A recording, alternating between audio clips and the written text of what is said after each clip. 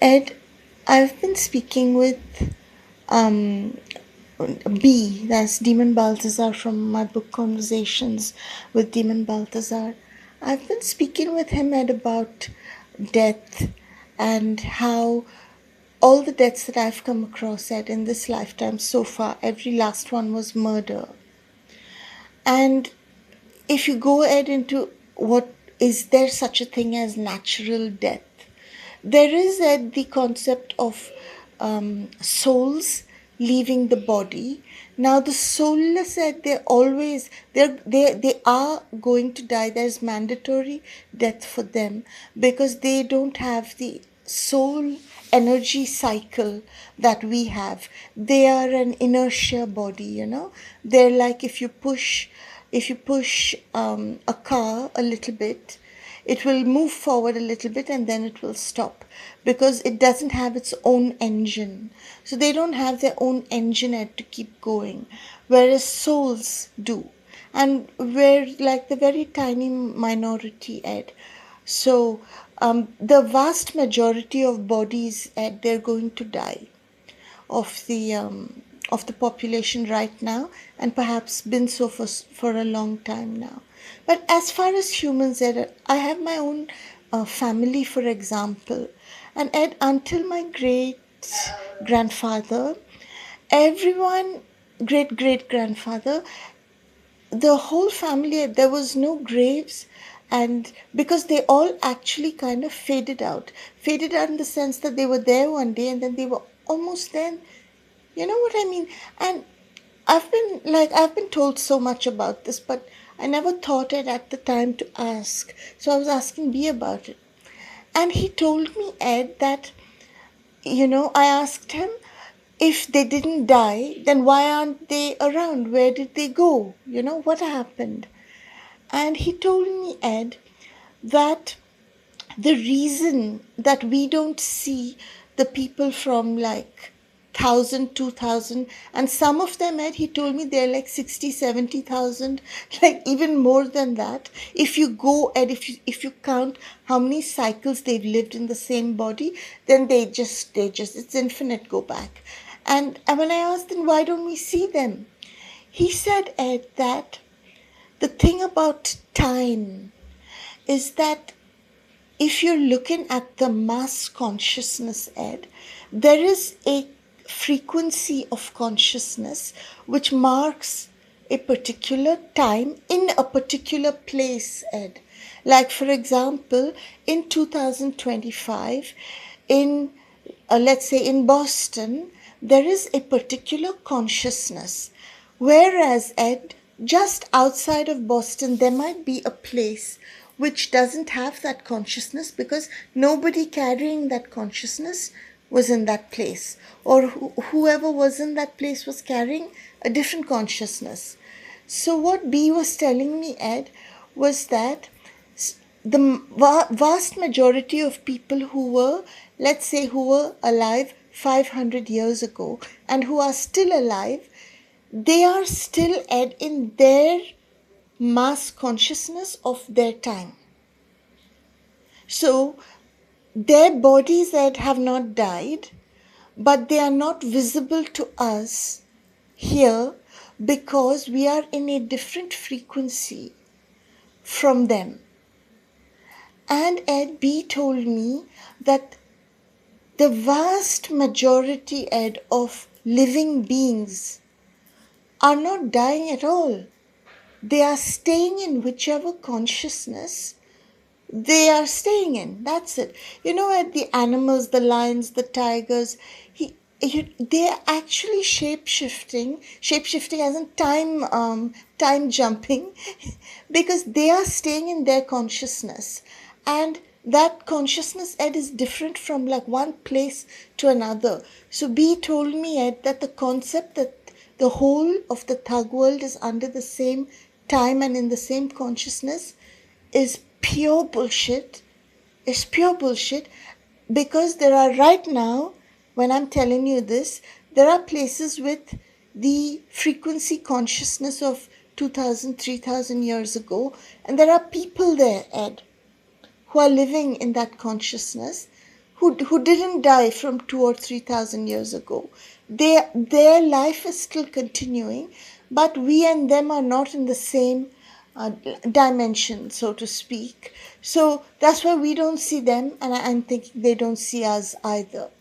So what B told me is that there are some people who, for whatever reason, they want to switch from one consciousness to another drastically. Like, for example, like my granddad, he didn't match this consciousness, but he kept staying on because of me. So when my dad, and my dad's uncle Bernard, they actually switched consciousness suddenly. And when that happens, then it's a bit of a jolt for us here, because it's like, oh my God, you've left me. Where did you go? You disappeared. And B told me that a lot of living beings simply disappear. They actually disappear. This whole paradigm that we've been sold of everybody's going to, be a dead body one day, this is simply not true. And you look at the statistics, Ed, and they'll tell you so many people go missing every day. So many children go missing. So many adults go missing.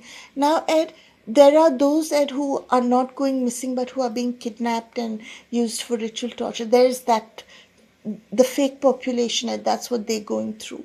But living beings actually also disappear.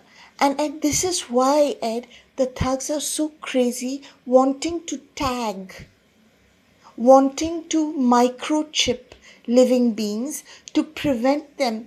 I thought, Ed, that they were trying to prevent people from going from one country to another and prevent animals from, like, maybe straying out the sanctuary. But what B told me is that they actually trying to stop them from transcending into in this from the same body. They want the body, that if you're going to leave, if you're going to go to another consciousness, then we get your body. They want, literally, they want the life energy and the loosh of that body, and they want that person to stay in this trauma consciousness as long as possible. And that is the whole point, Ed, of trying to microchip. And they do at this to a large extent with uniforms and things that they want you to wear to identify, Ed. They say it's like to identify, like the uniform means you are attending this school, but actually the uniform carries a consciousness. And that consciousness holds you to other consciousness. And this also, Ed, is why they push certain foods, and why they have, for example, fetal tissue in chips and so many products, because, Ed, they are basically pulling you into the trauma consciousness where they can access you.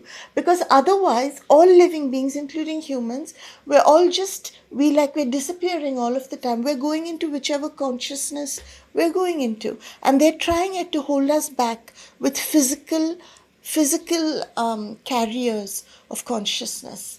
Yeah, and then we were talking about how I was telling B about how, when I left my body, there was like this magnetic tunnel, and you were stopping me from going in there. And B told me that in what you call as natural death, the person doesn't experience leaving somewhere and being somewhere else.